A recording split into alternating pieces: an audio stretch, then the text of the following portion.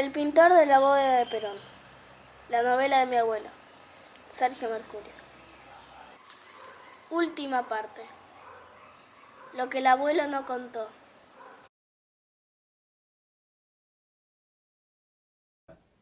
Opción 1. Sacá al muerto de acá. Opción 2. No aguanto al muerto a 20 metros de mi cama. Opción 3. Si vos como presidente no podés hacerlo, ¿a quién se lo tengo que pedir? Opción 4. Él o yo, elegí. ¿Cómo se lo habrá dicho? ¿Realmente se lo habrá dicho? No sé. No tengo ni ganas de saber cómo sucedió, pero el tema es que sucedió. Se tornó cuestión de Estado, una cuestión secreta de Estado. Había que sacar a Perón de Olivos, era una orden presidencial. El presidente era el dictador Videla, el año era 1976, comienzo de la dictadura.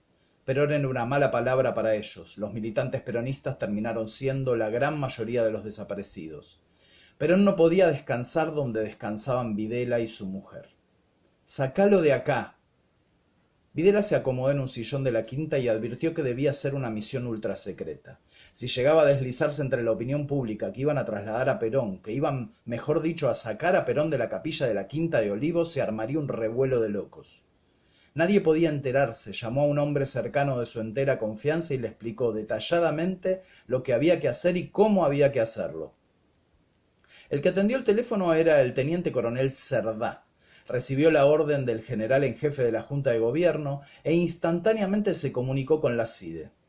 Hablaron no más de 15 minutos. Cuando terminaron de hablar, el coronel escribió en una hoja de máquina las instrucciones y esas hojas fueron después a una carpeta de color rojo ladrillo donde en la tapa se leía secreto y confidencial.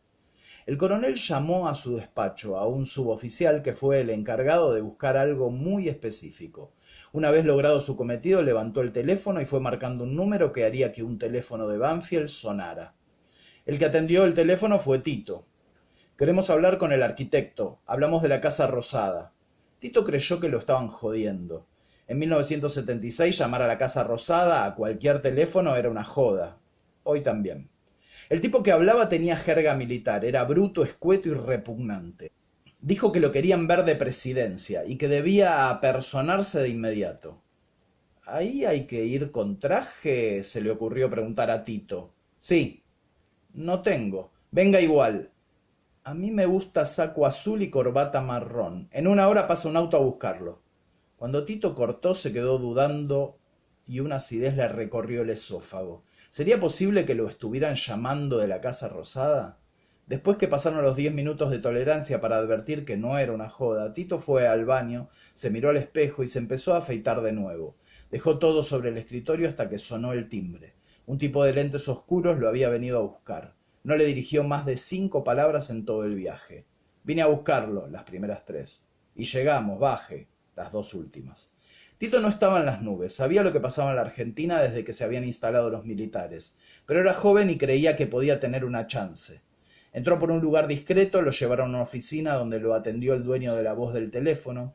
El tipo era peor de lo imaginado. Tito trató de disculparse diciendo que el día anterior le habían gastado una broma parecida y entonces por eso le respondió lo que le respondió cuando escuchó que hablaban de la presidencia. Al milico no le importó nada de lo que Tito decía. En medio de la explicación lo interrumpió. «¿Usted sabe hacer bóvedas?»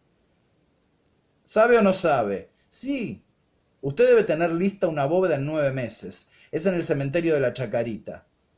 «Pero es que yo tengo unos compromisos y una bóveda es un trabajo inmenso, muy complejo arquitectónicamente. Postergue todo. Ahora usted debe hacer esto. Mañana le daremos precisiones». «Ah, lo que usted va a hacer no puede saberlo nadie. Si esto se sabe es su culpa». «Usted va a reformar la bóveda de los Perón. Debe construir en una parte que tienen reservada a la familia un lugar especial para un pariente». «¿Eh? Mañana le daremos precisiones, pero le advertimos que deben trabajar la menor cantidad de personas posibles y que nadie, absolutamente nadie debe saber lo que está haciendo. Esto es secreto y confidencial», dijo, señalando la carpeta. «Sé leer», respondió Tito, «pero eso no se puede hacer en secreto. Eso es una construcción civil y militar. No se olvide nunca de eso. Estamos en un país en guerra». Tito tragó saliva y se dio cuenta de que había millones de lugares donde él hubiera querido estar en ese momento, y que el único que no quería era su propio cuerpo.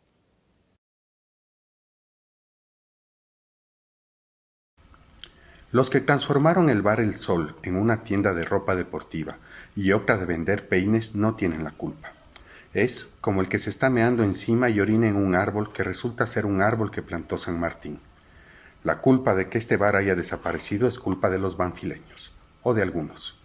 Cuando el Sol desapareció sin pena ni gloria, miles de historias también desaparecieron. Durante décadas, el Sol era un hervidero. Allí pasaban cosas. Allí se detenía Osvaldo Ardizone a relatar su visión del mundo. Por allí, desde una de las ventanas, miró lo que pasaba adentro Julio Cortázar. En el Sol de Banfield pasaba algo. Hoy se venden 5 colitas para el pelo por 5 pesos. Cuando se terminó el bar El Sol, ganó el olvido. Entre tantas cosas que se cocinaron allí, entre tantas madrugadas en una noche, entre Bermud y Ocro, el padre de Tito lo llamó a Mercurio de lejos. «Che, Mercurio, vení que te voy a contar algo que te va a hacer caer los pantalones». El abuelo agarró el vaso de ginebra y se acercó a la mesa. «Mi hijo va a hacer la bóveda de Perón, porque lo van a sacar de la Rosada por orden de la mujer de Videla. Lo van a llevar a la Chacarita. ¿Qué me decís?» El abuelo lo miró serio y le preguntó, «¿Tu hijo lo va a hacer?» «Sí, lo llamaron de la Casa Rosada y va a hacerlo él». «¿Lo hace la empresa de él?» «Te digo que lo llamó Videla personalmente. Decile que yo se la pinto, que cuando la termine yo se la pinto». «Me imaginé que ibas a querer, por eso te lo dije. Quédate tranquilo que yo le hablo». El abuelo agarró el vasito de ginebra, lo vació en la gola y lo dio vuelta. No dijo nada más. «Chao, Mercurio», le gritaron. «Chao», dijo de lejos. Salió del bar. El frío lo golpeó en la garganta. Caminó ciego hasta la parada del 13. Movió la mano devolviendo 3 saludos y mientras colocaba el pie en el primer escalón del colectivo, se prometió a sí mismo que sería el elegido para hacer ese trabajo y que haría todo lo que estuviera a su alcance para lograrlo. Lo que sea necesario, se prometió. Cuando bajó en Capdevila, sintió que estaba en el lugar correcto, en el tiempo correcto. Pisó el empedrado que sabía del tiempo más que él y taconeó el cordón como acentuando, lo que sea necesario.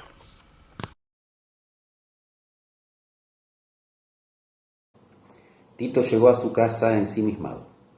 Se sentó a comer, mirando fijo una milanesa. «Servite ensalada», le dijo la madre, y fue a la cocina. Tito no hablaba. El que cortó la conversación fue su padre. «Te conseguí quien te pinte la bóveda, Mercurio, un amigo mío, peronista hasta la médula.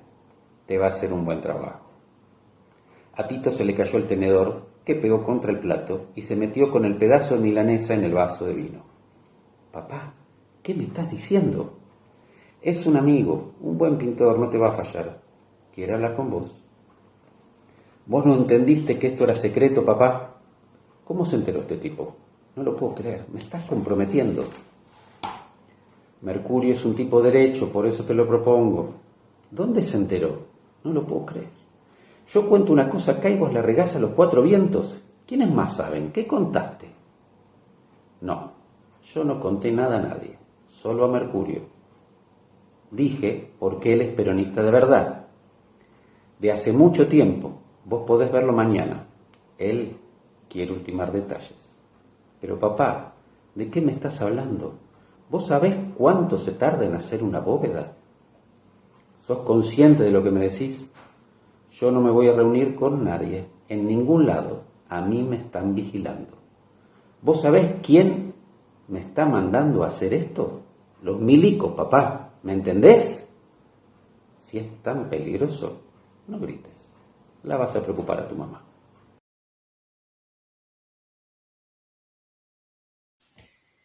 Finalmente hubo un acuerdo.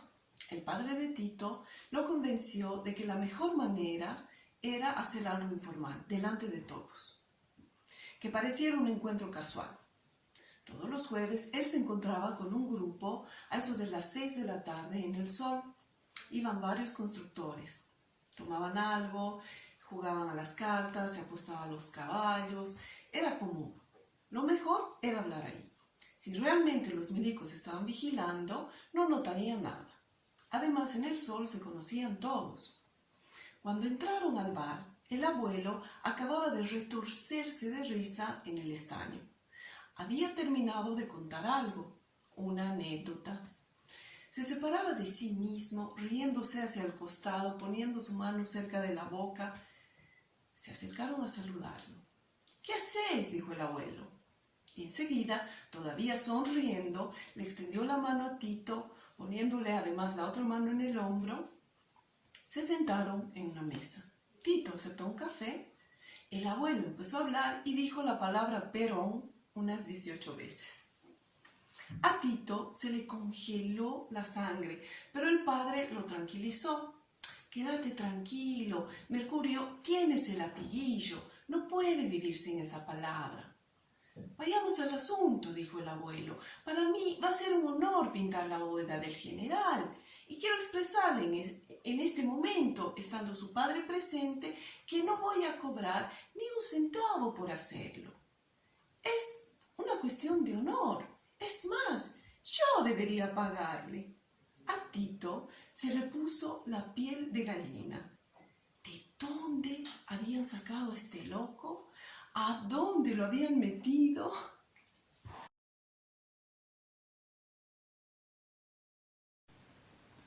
¿Qué tal, Tito? Acá le habla Mercurio. ¿Cómo está lo de la bóveda? ¿Va marchando? ¿En qué momento está? Mire, Mercurio, no me llame más para preguntarme, por favor. Ya le dije que yo me comunicaré. Perfecto, la semana que viene hablamos. Y fue así durante 5 meses. El abuelo no se le perdía puntada. Esa no se le iba a escapar. A medida que los trabajos de la bóveda avanzaban, Tito empezó a evaluar la real posibilidad de contratar a Mercurio para la pintura. Se reunió con algunas personas del ramo y averiguó si además de peronista era buen pintor. No había dudas. El comentario era unánime. El tipo era el mejor pintor de brocha gorda que había en la zona. No erraba, tenía experiencia, cancha, te sacaba cualquier color a ojo, sin medidas, tenía la paleta de colores más increíble. Dale 3 pomos y te saca el color de Dios. Si pensaba en alguien de los alrededores, había que llamar a Mercurio, y lo llamó, y Mercurio lo hizo. Pintó la bóveda y no cobró. Fue el único de todos los trabajadores de la obra al que no le pasó un frío en la espalda al entrar al cementerio y ser revisado por los militares de civil, al que no le molestó el constante cuidado y vigilancia de tipos de civil, de espías, que estaban controlando todo para evitar una noticia.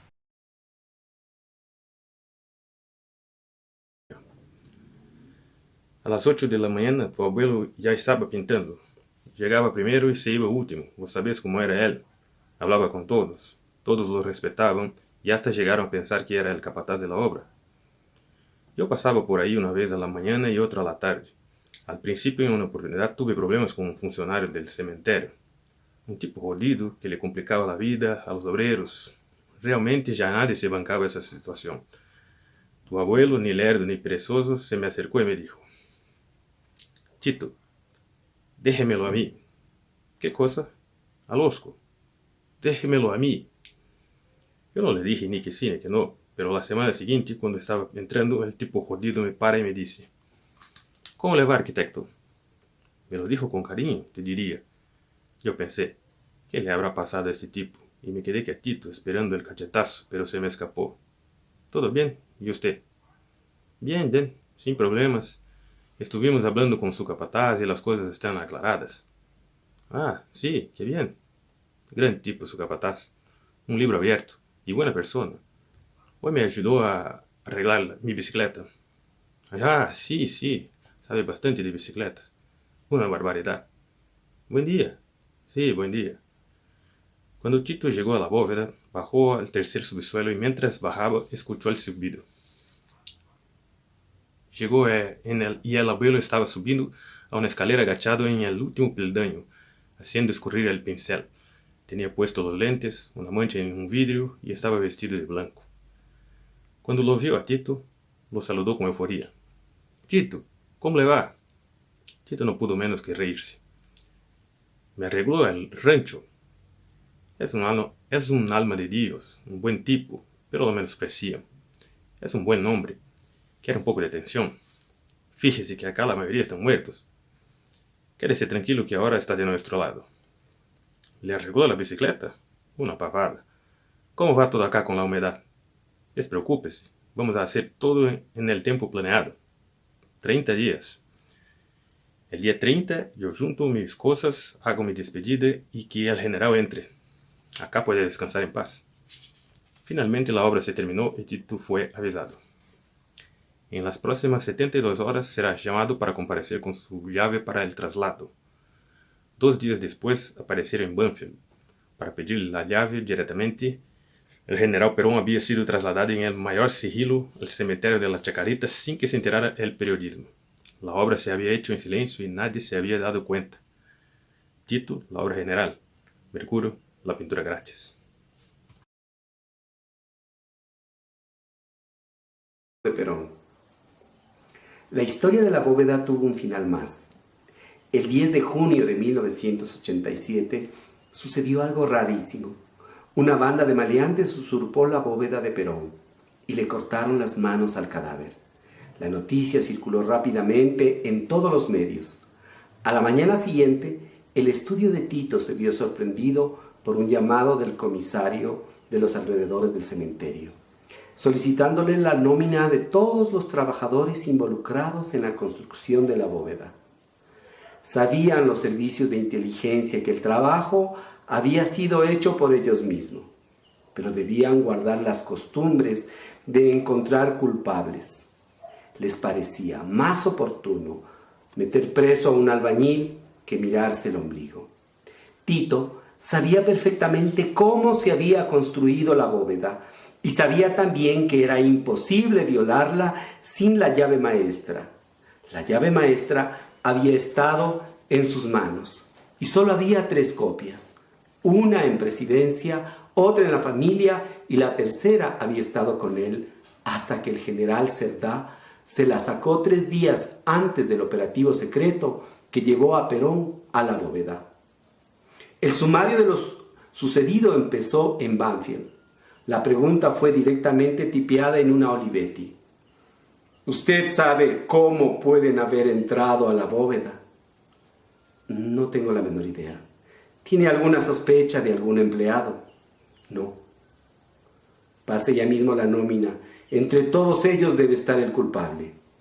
Estamos seguros. Los que pedían eso eran de la misma estirpe de los que censuraron el libro El Principito, por ser demasiado imaginativo y por lo tanto peligroso. Tito giró, fue al archivador y buscó la carpeta que contenía todo el trabajo de la bóveda. Mientras pasaba papeles, pensó rápidamente en Mercurio. Pensó si su nombre estaba en algún lado, si él había escrito su nombre en algún lugar del informe. El policía se puso a su lado. Tito viajó en el tiempo mientras sacaba la carpeta con la información de la construcción de la bóveda. El policía abrió la carpeta. Hay una lista de todos los empleados. Tito agachó la cabeza afirmando, sin emitir una sola palabra. Fue hasta la parte final del papeleo y sacó la hoja. Era una hoja ya amarilla en la que figuraban los nombres de los empleados en la primera columna, la empresa, la labor, el documento y algunas observaciones. El policía posó el dedo sobre la letra A y fue bajando y diciendo en voz alta: Aranda, Belusi, Di Natale, González D, González G, González P, Luna. Iba bajando, y si bien Tito quería llegar a la letra M para confirmar si Juan José Mercurio estaba, que el policía fuera diciendo los nombres lo confundía. Sin embargo, pudo ver que la letra M tenía varios apellidos. En ese momento lo recordó a Mercurio. El día anterior lo había visto en el bar El Sol. Mi abuelo se le había acercado y le había dicho: usted y yo sabemos quién robó las manos. Tito, fueron ellos. El policía llegó a la L. Mientras Tito se hacía la imagen de ellos capturando a Mercurio por boca abierta, por no quedarse callado, por decir lo que debía decir, por no poder aguantarse.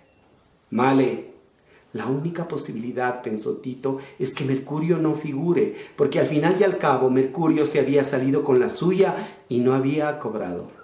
Martínez, pero tal vez había alguna lata de pintura comprada a su nombre. Tal vez había un recibo de pinceles. Méndez, No estaba seguro que cuando había escrito la lista, por lo tanto, tal vez lo había incluido.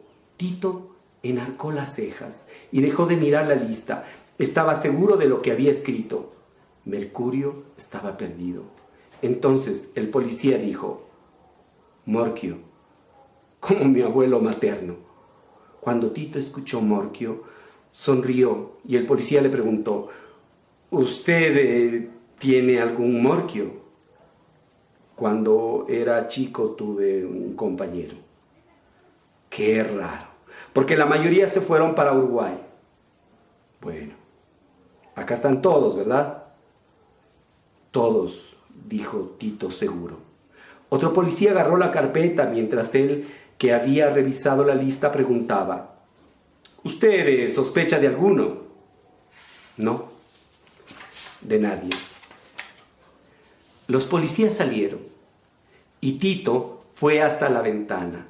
Abrió la cortina como si supiera, para mirar el sol, como si pudiera verlo a mi abuelo. Juan José Mercurio estaba afuera del todo. Estaba limpio, no había datos de él relacionados con eso. Ahí repasó más tranquilo lo que había pasado la tarde anterior en el sol, cuando Mercurio lo cruzó. Esos hijos de puta que violaron la tumba del general. Yo sé quiénes son. Pregúntenme a mí, que yo les digo. Son esos chupasangres, vendepatrias, cipayos, cobardes. Violar una tumba. Vengan a preguntarme quién se robó las manos de Perón, que yo se los cuento. No hay que callarse más. No hay que callarse nada. Tito lo había dejado atrás. Y aun cuando atravesó Vergara, todavía se escuchaba a mi abuelo gritando. Fue bueno haber vivido eso. Si él no lo hubiera advertido, podría llegar a escapársele que el pintor de la bóveda fue un tipo independiente de nombre Juan José Mercurio, pero no lo hizo. Pensó que debía olvidar ese nombre para ellos. Pensó rápido, evaluó lo que el abuelo les iba a decir a esos servicios y pensó también que lo mejor era invisibilizarlo, y así lo hizo. Lo olvidó para salvarlo. Lo olvidó hasta hoy. El día posterior al encuentro con este muchacho que me dice que su tío conoce la historia de mi abuelo y que conoce también a Tito, un tipo que cuenta la historia de un hombre que una vez le golpeó la puerta de la casa para pedirle pintar gratis la bóveda de Perón. Entonces Tito, que es un hombre de la edad de mi padre, me mira a los ojos, pide una gaseosa y finalmente termina de contarme la historia de mi abuelo, que jamás hubiera soñado escuchar.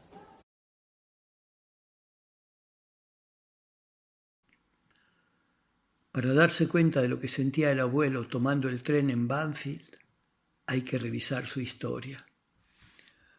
Para darse cuenta de lo que sentía el abuelo yendo a pintar la bóveda, era necesario entender que no era un cuarto cualquiera en un sótano de Morondanga, sino que era un lugar aristocrático, con 3 subsuelos, una arquitectura compleja ya pintada con colores plateados, bien militar y pomposo. Era como pintar una casa, pero donde estaba la alta alcurnia. La bóveda se había reformado y ahora había que dejarla impecable. Había que volver a pintar los adornos rococó, las puertas doradas. En ese sitio el nivel de humedad implicaba tener conocimientos exactos de pintura. Había que tener oficio. Todo lo que a él le sobraba tiempo, le sobraba oficio, nada más le faltaba la gloria que estaba empezando a adquirir cuando después de dejar el documento en la portería entraba solo a la bóveda a pintar el lugar donde el general iba a descansar eternamente. El abuelo estuvo 30 días, desde las 8 de la mañana hasta las 6 de la tarde haciendo eso, llenándose de gloria, y nadie lo supo. Ese mes no trajo un centavo para su casa, porque como lo había prometido no pensaba cobrar por hacerlo. Nunca el abuelo fue tan feliz en su vida, y como decía Borges, fue tan extrema su felicidad que no pudo compartirla con nadie. A nadie le dijo lo que sintió haciendo lo que hizo, a nadie. Pero yo imagino que su historia le pasó por la cabeza mientras pintaba, que repasó todo, que pensó en su madre y en el borracho de su padre, que se le sucedieron los acontecimientos de su vida como en una película que él mismo se relató, que recordó las cosas que son la vida de un hombre, su mujer, sus hijos, su trabajo, sus amigos, los sueños que se acordó de cuando era boyero, de cuando tenía 9 años y andaba por el campo de Chivilcoy recogiendo choclos en la escarcha a las 5:30 de la mañana, cuando para que no se le congelaran los pies dentro de las alpargatas, se los meaba para calentarlos. Al abuelo le debe haber dado tiempo de repasar su vida mientras pintaba. Debe haber vivenciado su primera huelga como trabajador, peón, esclavo. El abuelo debe haberle hablado a las paredes. Su voz debe haberse incorporado al eco de ese lugar. Y Perón, no todos, pero algunos de los que fue, tal vez el Perón que amaba a Eva, debe haber empezado a dialogar con mi abuelo desde ese entonces. El abuelo debe haberlo sabido, porque el abuelo advertía cosas que los otros no advertían. Él debe haber sentido entonces que esa era la etapa más alta de su vida, la más ancha. Ahora ya es tarde y me olvidé de preguntarle quién lo había marcado y ahora me parece una pavada. El abuelo tenía en Perón un modelo que había enarbolado, un modelo que había defendido, por el que se había jugado, y ahora la vida, su vida, lo había puesto frente a ese hecho. La vida le había regalado ese momento. Era el encuentro más deseado. Era su homenaje más puro. Allí, solo, en silencio, haciendo lo que había aprendido a hacer. Pintor de brocha gorda, trabajador, obrero, peronista. El abuelo debió haber sido muy feliz en ese tiempo. Estoy seguro de eso, no necesito comprobarlo. Yo imagino la presión en su mano, el muñequeo con que llevó el pincel para arriba y para abajo, cómo entró en los vértices, cómo lavó los pinceles dejándolos perfectos para la siguiente jornada, la presión que le hizo al cemento para que recibiera la pintura, cómo pintó a mano cada detalle de ese mausoleo, de ese templo. El abuelo ya había hecho su vida e iba dejando rastros. Ya había, desde mucho tiempo atrás, encontrado el color perfecto, combinando los 3 pomos, y en un tiempo récord. El abuelo, como Sherezade, había pasado 1001 días contándome historias, y yo, como un rey injusto, bruto, bárbaro, finalmente me sentí tocado y decidí salvarlo. Quiero hoy alargar su vida hasta este relato. Mi abuelo me dejó una marca indeleble que se acentúa más y más con el paso del tiempo. El abuelo encendió una luz inmensa y con todos sus gestos, su actitud, su estirpe, su ternura, su hombría, dejó además una insignia clavada en mi pecho, una misión que es bandera y esperanza: ser abuelo un día.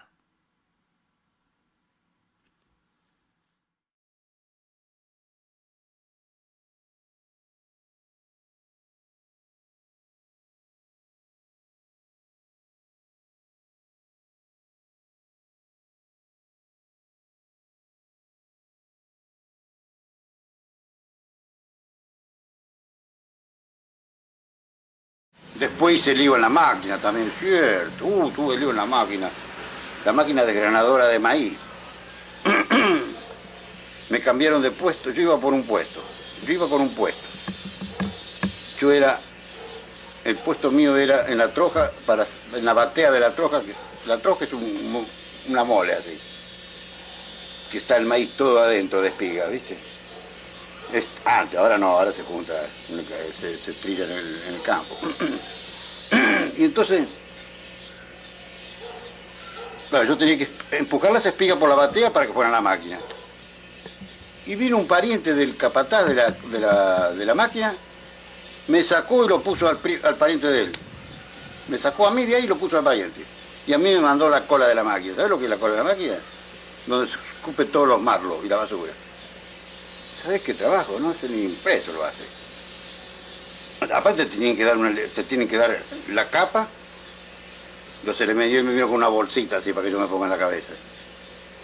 No, fue la mierda. Fui y le dije. Digo, a mí me ponen mi puesto por el que yo vine. Yo vine de batero así a la batea. Acá si querés trabajar, trabajá, y si no, andate. Claro que voy. Bueno. Me fui a cobrar. Fui al pueblo. Y había tratado a 4 pesos. 4 pesos por día. Era plata. Voy a arreglar con el dueño de casa, Isidoro Cañones, ¿no? Digo, Isidro Cañones, Isidro Cañones. Voy. Bueno, dice, ¿tenés tantos días vos? ¿A 3 pesos por día? No, ¿qué 3 pesos por día? Le arreglamos 4. No, yo te voy a pagar 3. Digo, no, 4. No, yo te voy a pagar 3. Te voy a pagar 3 pesos y tenés alpargata, vino, cigarrillo, no sé cuántos gastos me puso en la máquina, me ha puesto un montón de gastos. Le digo, señor, usted sabe que yo no fumo.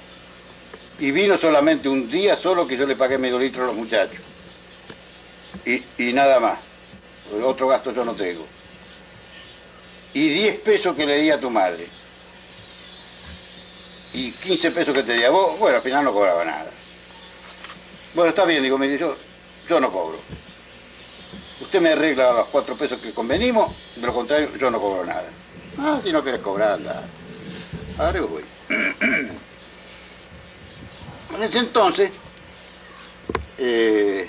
la delegación regional del trabajo, que era entonces, no había ministerio, no era como el trabajo y previsión, se llamaba Departamento Nacional del Trabajo. Y las funciones de ese organismo la regía el juez de paz de la localidad. El juez de paz. Entonces me voy a ver al juez de paz. Y recuerdo siempre que el juez de paz era un tal Martochi, que había sido comisario en Chivilcoy. No, pero muy bueno. Fui y le digo, ¿qué te pasa? Digo, mire señor, digo, yo tengo este litigio con un Cañones. Me trató a 4 pesos, tratamos a 4 pesos por día y ahora me quedo sin trabajo y me quiere pagar 3 pesos. ¿Cómo? Sí, tratamos a 4 pesos, convenimos en 4 pesos, estoy de acuerdo, yo voy a trabajar. Ahora, me quedo sin trabajo y me quiere pagar 3 pesos.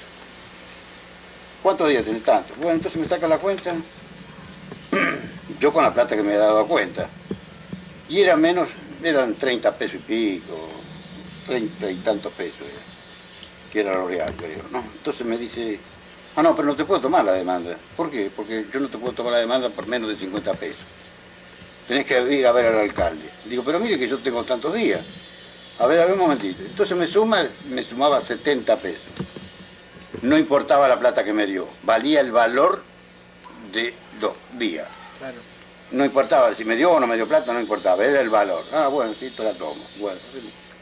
Entonces dice, hace una carta, le dice al secretario que le hiciera una redacción, él edita y redacta, y dice, ¿se la lleva vos la carta? Y que sí, la citación, para que comparezca mañana. No, yo se la llevo. Así que yo era el demandante y le llevé la carta al tipo. Total, no me costaba nada, iba a la casa del tipo y se la daba. Aparte que seguro que no estaba el tipo, estaba la servidumbre. Así fue, le di la carta.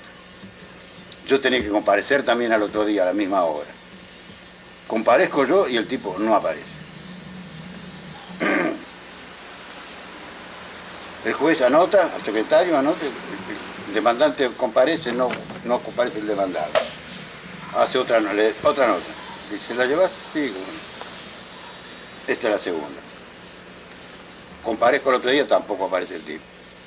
Pero la tercera era intimación. Si el tipo no comparecía a esa citación, lo traían con la fuerza pública. Si se la llevaba, sí, yo como no se la llevo, yo le volví a llevar la carta. Entonces, al otro día apareció el tipo, como era la última, ¿viste? Ya ahí no tenía tu tía, tenía que comparecer, si no lo traían preso. Comparece, muy bien. Bueno, señor, dice, a ver, ¿cómo es el asunto? Y el asunto es así. ¿Eso dice él? Sí. Este tiene tantos días, yo le pago y me dice que no quiere cobrar. No, señor, yo no cobro porque este señor me quiere pagar 3 pesos. ¿Y cuánto trataste? 4 pesos por día. No, yo traté a 3 pesos. No, señor juez, a mí me trató a 4 pesos por día. Y no que a 3 pesos. Y no que a 4 pesos. Bueno, terminamos. 3.50. Falló el juez. Falló Salomónico. Yo a 3, él a 3, yo a 4, entonces falló 50 centavos menos por litro. En el aire, cuando el tipo me dijo 3.50, yo perdía 10 pesos. 10 pesos perdía de lo que tenía que cobrar.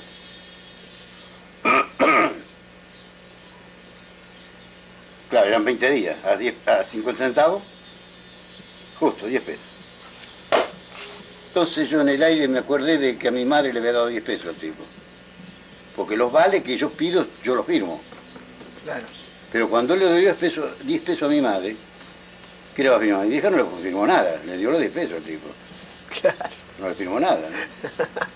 Entonces, bueno, tiene tanto a cuenta, ponerle 20 pesos. No, señor juez, 10 pesos. No, 10 pesos te los di a tu madre también, señor juez. Yo no tengo nada firmado. A mí me dio 10 pesos. Y la alpargata, sí, digo, el vino, un vaso. Medio litro de vino. He puesto como 3 o 4 litros. Digo, no, señor juez. Cigarrillos, tengo todos los peones de testigo que yo no fumo. Lo borró. Todo lo que yo le decía lo borraba. Así que quedó el medio litro de vino, sí. Porque es cierto, había tomado medio litro de vino y un par de alpargatas.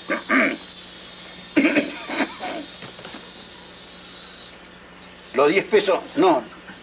Dices que yo se los di a tu madre, dice que me los pidió por favor, y vos me autorizaste que se los diera. Señor juez, yo no le autoricé nada que le di a mi madre. Me puse en perro, dice. Entonces, el tipo se enloqueció, viste, y lo paró de punta el juez. Lo paró, un momentito, señor Cadán. Venga, lo llamó. Se fueron adentro. Los dos solos. Me cagaron. Yo dije, me cagaron, se fueron solo 2 tipos. Me dejaron solo a mí. Al rato vuelven los dos. Vení vos, adentro. Perdón, cierra la puerta el juez. Decime, dicen, ¿te dio los 10 pesos el tipo? ¿Le dio los 10 pesos a tu madre este tipo? Señor juez, a usted no le voy a mentir. Yo a usted no le voy a mentir. Es verdad, se lo digo a mi madre. Pero no le firmó nada, no, ni yo ni mi madre. Seguro, ¿no? ¿Qué hace el oro? El juez. Me hace el oro. Yo tenía ganas de abrazarlo al juez. Porque yo le dije la verdad al juez. Salimos. Bueno, señor Cañón, dice, lamentablemente, si usted no tiene nada firmado, dice, los 10 pesos esos van muertos. Mira, dice, esos 10 pesos te van a servir. Me iba a amenazar con que me iban a servir para algo. Y el juez, yo no le permito, yo lo cago a pedo el juez. Porque seguramente que me iba a decir para remedio, que para cualquier cosa los 10 pesos. Y ahí nomás me pagaron, ¿eh? Ahí mismo el juez me pagó. Vos sabés, el tipo se tendría ganas de matarme, el tipo, ¿no? Porque era verdad, los 10 pesos... No, yo le dije al juez, señor juez, yo a usted no le voy a mentir, pero con su fallo me perjudica justamente en esos 10 pesos que le dio a mi madre. La cuenta mía es esa. Se los negué por esa razón, porque a mí me saca 10 pesos, que es verdad. Digo. Claro, yo hacía la equivalencia de los 10 pesos que le dio a mi vieja, era lo que me estaba sacando a mí. Como yo no le firmé nada, chao, la mía. Bueno, no le firmé seguro nada, tu madre tampoco, no, negástelo nomás. Volvimos a salir al careo y el careo se lo negué. Ahí cagaste. Lo cagó el juez, lo cagó. Después con el tiempo fui a saludarlo yo al juez. Fui a la casa particular. Y mi hijo dice, mirá cómo son las cosas. Vos sos un pobre trabajador, este es un hijo de puta. Pues cierto, yo era un hijo de puta, un explotador. Era un explotador, porque el tipo tenía máquinas de granar maíz. ¿Y eso también fue para la misma época? Claro, cuando yo tenía... Eso fue... No, ella era joven, era menor yo. Claro, fui a buscar a mi padre yo. Claro, yo tuve que ir a buscar a mi padre y yo era menor de edad. Así que tendría 17 años yo. Porque estaba separado mamá con papá. No sabía. Claro. Entonces papá estábamos que igual, lo fui a buscar a papá para que venga él a firmar la demanda. ¿Sí? Yo era menor, yo no tenía 18 años.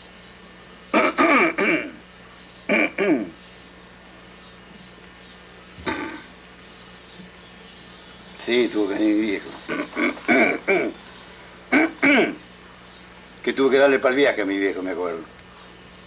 No tenía nada, mi padre era un borracho, pobrecito, papá. Tomaba vino a lo loco. Vino con el colectivo que era conocido de ellos.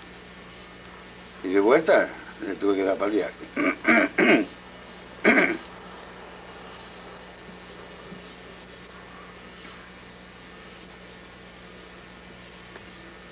Sí, la infancia nuestra, oh, Dios mío, la infancia nuestra, yo voy a contar la historia de mi infancia. Hay que hacer una novela.